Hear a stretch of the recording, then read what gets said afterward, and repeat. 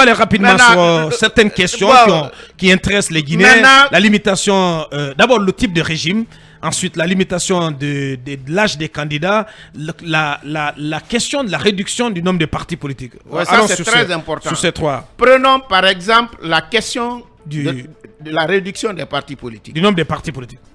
Vous savez, j'ai vu beaucoup de propositions, mais qu'est-ce qui tue notre pays?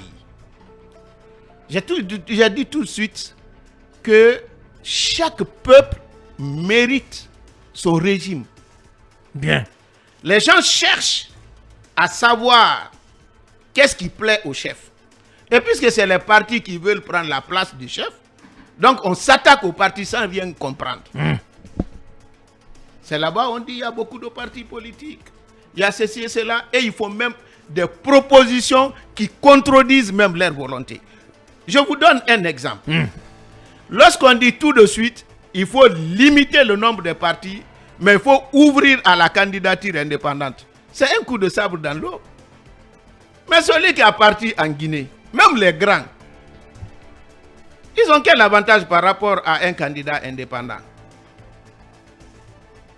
Simplement parce que la constitution actuelle donne la possibilité aux partis seulement de présenter des candidats aux élections nationales. Mais quand ce verrou la saute, tu n'as plus besoin de partis. Parce que les partis ne sont pas financés.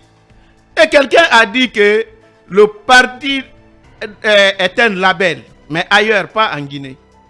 Le parti n'est pas label ici. Si demain, Cellou Dalein prenait mon parti FND, il aura les mêmes résultats qu'avec l'UFDG. Et l'exemple le plus éloquent dans ça, l'UFDG, avant Cellou Dalein, a traversé plus de combien d'années? Est-ce qu'il a élu un seul député? C'est l'arrivée de Cellou.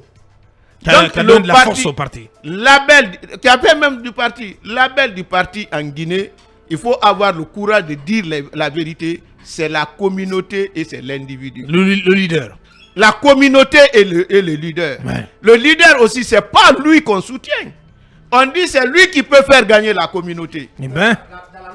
C'est ça la vérité. Bien. Donc c'est pourquoi même quand j'ai entendu, on menace, on va retirer l'agrément d'un parti. En Guinée, ça n'a pas de sens. Ailleurs, un parti, c'est toute une tradition.